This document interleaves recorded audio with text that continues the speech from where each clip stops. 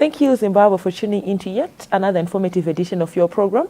This is Agricultural New Directions, Agribusiness, and on this platform we have taken the liberty of inviting the Chief Executive Officer of the Agricultural Marketing Authority, Mr. Clever Isaiah. Now, this is a platform that was created in conjunction with the Ministry of Lands, Agriculture, Water and Rural Resettlement, where we are going to be taking a look into the 11 parastatals that fall under it. We are going to be looking at their mandate, their operations, their activities as we head towards achieving Vision 2030 as a country. Mr. Isaiah, thank you for joining us today. Thank you. Yes. And good evening, Zimbabwe. Thank you. As I have alluded to earlier, this platform was created in conjunction with the Ministry of Lands, Agriculture, Water and Rural Resettlement. It is where we are going to be taking a closer look into the 11 parastatals that fall under it. We are going to be looking at how these parastatals contribute towards Vision 2030 as a country, given that Zimbabwe is an agro-based economy. We rely on agriculture. Our GDP, almost about 18% is from agriculture. We have well over 70% of our population living off of agriculture. As we get into our discussion, maybe we can start off with the mandate, the constitutional mandate of the Agricultural Marketing Authority. Okay. Thank you very much. As the Agricultural Marketing Authority, we are established by an Act of Parliament, which is CAP 18 of 24. We started our operations in 2010. Part of our mandate overall involves regulation of the production and marketing of all agricultural produce in Zimbabwe. But it goes beyond that in terms of part of the activities that we do as a regulator of agriculture. I think top of the list is the need to establish markets, promoting fair pricing and orderliness in the agricultural sector in Zimbabwe. And we also provide advisory role to the ministry, our parent ministry, the Ministry of Lands, Agriculture, Water and Rural Resettlement. So we do work closely with other agencies, government departments, other stakeholders, farmer unions, farmers, processors and exporters in terms of promoting productivity of agriculture in Zimbabwe. Okay, that is very detailed, where you're saying that you also advocate for the promotion or establishment of new markets, promotion of fairness within the trading areas. Now, as we get deeper, our next point of discussion, I'd like us to look at your operations, an inside look at what you are currently doing as we head towards achieving Vision 2030 as a country. I understand that marketing in agriculture plays a critical role. As much as we might produce, markets are very pivotal in agriculture. Maybe an inside look into your operations and activities. Okay, thank you very much. I think to start with, I think I need to point out that as Agricultural Marketing Authority, we are undergoing a transformation. Okay. Yeah, part of this transformation is to enable us to better serve the agricultural sector. I think in the past, as an authority, we've been labeled as a revenue collector, where we collect revenues, but there haven't been any meaningful value that the authority has provided for the sector. So that is part of what we are trying to address. And coming specifically to our contribution as an authority to Vision 2030, I think I'll say agriculture is one of the major drivers in terms of achieving Vision 2030. How this is going to be achieved, I think it's coming from the recently launched Agriculture and Food Systems Transformation Strategy, which was launched by His Excellency, Comrade E.D. Mnangagwa in August 2020. Okay. So the Agriculture and Food Systems Transformation Strategy is underpinned by a number of policies. I think one of them is the Horticulture Recovery and Growth Plan. The other one is the Livestock Growth Plan, the Accelerated Irrigation Rehabilitation Program. These are some of the programs which are underpinning the agricultural food systems transformation strategy. So if you look at the overall strategy, part of the key elements in that is how are we going to empower our farmers? Okay. How are we going to create employment through agriculture? Issues to do with import substitution, improvement of livelihoods at household level. So these are some of the areas which the strategy is going to address, and part of the programs are already under implementation. But at the center of all these programs, AMA plays a pivotal role in terms of availing of information, marketing establishment, setting up of marketing infrastructure, so that our farmers can realize full value of their efforts through agriculture. Okay. Now, as we head towards achieving Vision 2030 as a country, I understand that we are taking a wholesome approach where we are saying we are not going to be leaving anyone behind. Sure. And I like that you alluded to the fact that you are also looking at improving our livelihoods. Sure. Now, speaking of that, how is the Agricultural Marketing Authority, are you creating an enabling environment for our private players? I understand that there are various stakeholders in the agriculture industry. Some would want to come in with investment, some would want to come in with technological advancements, some are even looking for employment. How are you creating an enabling environment so that there is a balance? We have the private sector chipping in, coming in with their technology, their capital, and you as a government institution creating, an enabling environment for such players. Thank you very much. I think to start with, the government's approach in terms of the role of private sector is very clear. I think the president is on record to say private sector is encouraged to participate in the revival of our economy, and specifically agriculture. So in terms of the participation of the private sector players, if you look at agriculture, I think it focuses on quite a number of value chains. And within these value chains, there are opportunities for private sector players. One can choose to go into financing, into logistics, into setting up of infrastructure, into mechanization. Those are some of the areas which are readily available and ready for investment. But in terms of the policy, I think one of the issues that has been coming out is the issue of policy inconsistency, which has sort of been discouraging participation of private sector players. So what we are doing as an authority is we are engaging players through the platforms that we've set up, where we are getting information on their pain points, what they would want to see addressed for our agriculture to scale the heights that it should be in terms of development going forward. So we are now working closely with the private sector, where we are getting input in terms of areas which would see more and more coming into Zimbabwe's agriculture. Thank you so much, Mr. Isaiah. Viewers, we are going to go on a short commercial break. We'll be right back with this and more in the second segment of your program. Stay tuned.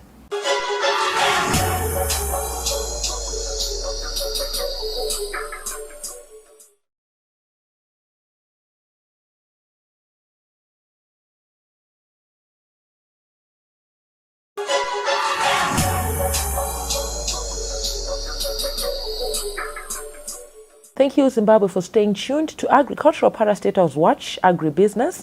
Now, viewers, we encourage you to be a part of these conversations. Feel free to get in touch with me, the producer, Wadzanai Manyore, on 0772-807-506. Alternatively, you can like our Facebook page, Agribusiness with Wadzanai. You can also make a follow-up on this episode and more, and leave your comments and suggestions on our YouTube channel, Agribusiness with Wadzanai. We are also now available on Twitter, and our Twitter handle there is at Agribusiness110. Now, Mr. Isaiah, we are in the second segment of our program. Welcome back. Thank you. Earlier on, before we went to the break, you were talking about how AMA is addressing issues in our economy that are eventually going to help the private players to come out and participate in the agricultural industry right here in Zimbabwe. Now, moving away from that a bit, I would like us to talk and focus more on your interaction with the farming community. I understand that our farmers are private sector. They play a critical role. We cannot talk of marketing if we do not have sustainable production systems. Now, your interaction, your relationship with our farming community in Zimbabwe as the Agricultural Marketing Authority. Okay, thank you very much. In terms of AMA's relationship with farmers, I think it's very central to our operations. Okay. When you talk of the farming community, as AMA, part of our interests is making sure that the marginalized farmers, those that are in the rural areas, number one, they've got information, they've got access to markets, they've got fair prices for their farming produce. They've got contractors who are coming in to support them in their production activities. And more importantly, we also organize financing for these marginalized farmers. So time and again, we do call upon all the farmers to be registered with AMA. The reason why we would want farmers to be registered is so that they can easily access the services that I've listed. So that's one of the benefits that farmers do get by being registered with AMA. In addition, when it comes to exploring opportunities in the export market, we also work closely with farmer clusters. Okay. So farmers that are in these clusters are the farmers that are on the AMA database. So that is another advantage of being registered with the Agricultural Marketing Authority. Okay, that was very detailed, and I understand that our audience there at home are taking notes and are understanding what AMA does and how it contributes to the farming community. And I understand that you also offer even protection from, unscrupulous rent seekers. Sometimes maybe when it comes to the selling of maize or when it comes to grain, the grain marketing season. Correct. Moving away from that a bit, I understand that there is the Cotton Presidential Input Scheme, where most of our farmers are excited. Most of our farmers who had maybe shunned away from producing cotton have come back in the game. What is your participation? What is your engagement with the farming community? I understand that you are usually at the buying points or the cotton distribution centers. What is your participation there? What do you represent there? Okay, thank you. I think when it comes to the cotton sector, as a regulator, we participate in the whole value chain. Okay. Okay, so to start with, in terms of pre-production planning, we also work with cotton merchants who are all registered with AMA. The reason why we register these merchants is to ensure that farmers get the right quantities of inputs, which have been designed to produce or at targeted hectarage. So that's how we work in terms of input distribution. When it also comes to marketing, it is our role to ensure that farmers are paid on time. They are distributing their cotton to the intended distribution points. So we've got field officers in all cotton producing regions who are stationed there in order to ensure that farmers' interests are fully catered for. But I think one of the major issues that we've been battling with regards to cotton is the issue of side marketing. Yes. Yeah, so that's another sore point in cotton that we are now working on addressing. How we are going to address that is we are revisiting our statutory instrument, which looks at the administration of the cotton sector. We are also working with the cotton merchants, the cotton farmers, farmer unions, in now making sure that we've got a cotton production and marketing model that is foolproof. Okay. I think the advantage that we have is that within the parastatals under the ministry, we've got a tobacco industry marketing board. they've done fairly well in terms of coming up with a contract model. So there are certain aspects that will also draw from the successes that have been seen in tobacco and perfect the cotton production and marketing model. Thank you so much, Say. As we move right along, our economy is presented with various issues that need to be addressed, and that most of our Zimbabwean citizens believe that this can be addressed through agriculture. We are an agro-based economy. We rely heavily on agriculture for, the supplements or, even our livelihoods as Zimbabweans. Unemployment, there are issues that are presented in our economy, such as unemployment, trade imbalance. We are looking at, export growth. How do we grow that sector? How are you going to contribute as the Agricultural Marketing Authority? These are some of the pertinent issues that we need to address as we forge our way towards achieving Vision 2030 of becoming an upper middle class economy. So we need to address this. And your contribution as the Agricultural Marketing Authority, what is that? Okay, thank you very much. I think for the issues that you've mentioned, I think at the center of achieving Vision 2030 is the agricultural food systems and transformation strategy. Okay. So it looks at issues of import substitution, employment creation, export growth, value addition, and beneficiation. Okay. Yes. So as AMA, our role in that strategy, first and foremost, is to ensure that we are an effective partner for market development. Okay. So like I highlighted earlier on, that our role has been enhanced from just a regulator, but to become a development partner for agriculture, especially where markets are concerned.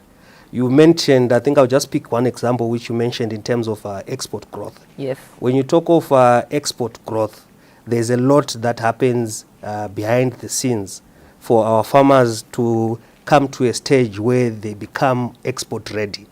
Very true. So one of the roles that we play as AMA is to ensure that farmers have got full information in terms of destination markets.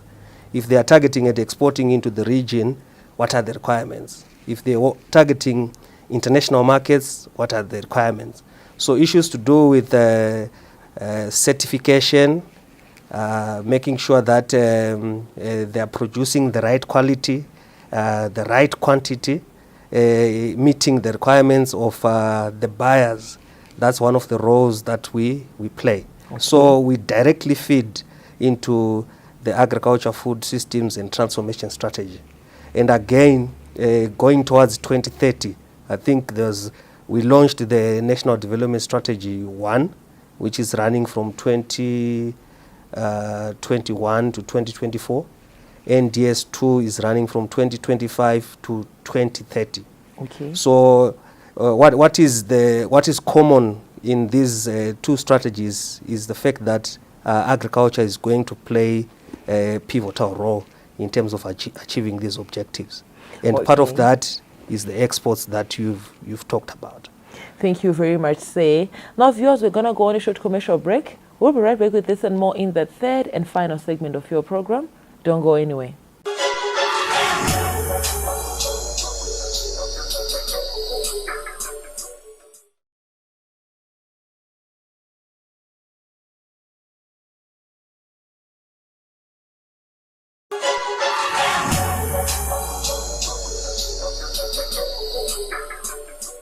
Welcome back, viewers. We are in the third and final segment of your program, Agricultural Parastatals Watch, Agribusiness. And today I'm joined by Mr. Clever Isaiah, the Chief Executive Officer of the Agricultural Marketing Authority right here in Zimbabwe. Mr. Isaiah, we are in the third and final segment of our program. Welcome back. Thank you.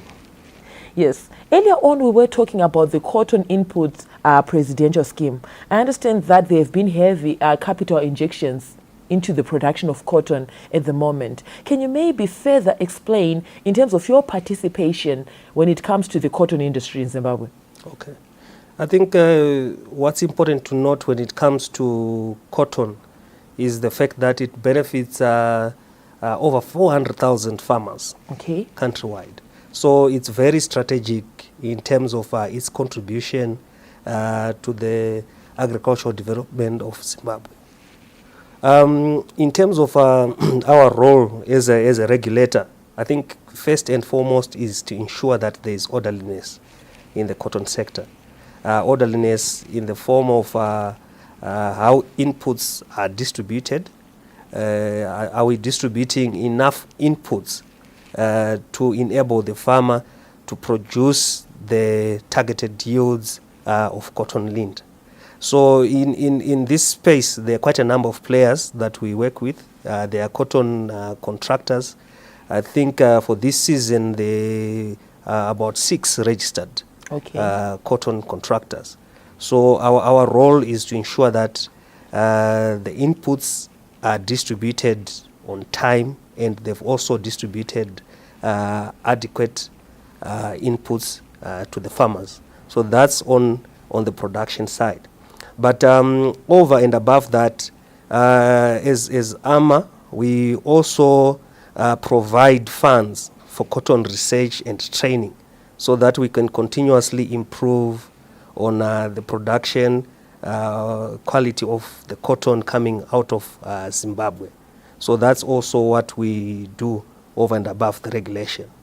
Yes, that was very detailed. I would also want us to talk about the investment opportunities that are available. Okay. I understand that as we are discussing on this platform, there are some members of our audience that might say, I would want to get into so-and-so, the business of so-and-so. There might be an investment opportunity that is also going to benefit our country and even our economy and our farming community. What are those that might be present at the moment in the Agricultural Marketing Authority?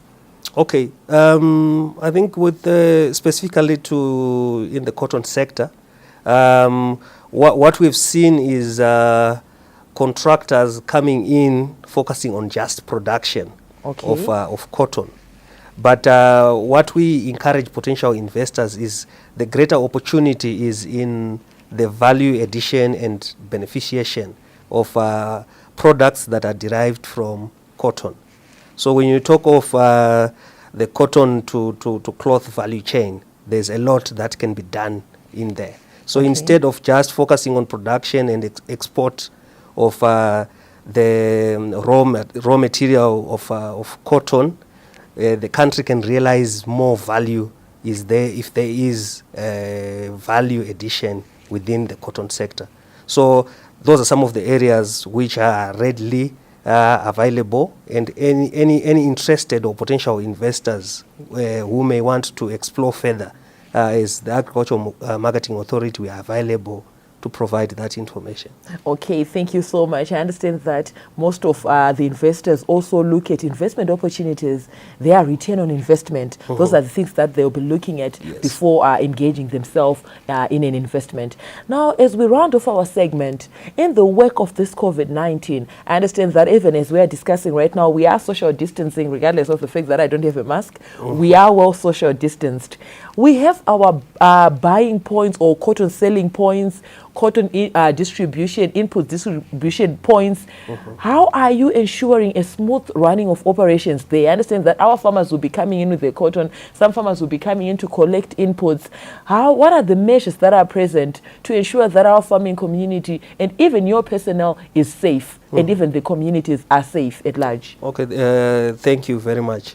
I think when it comes to how we are addressing the challenges that have been brought about by COVID, as a regulator, we are doing quite a lot.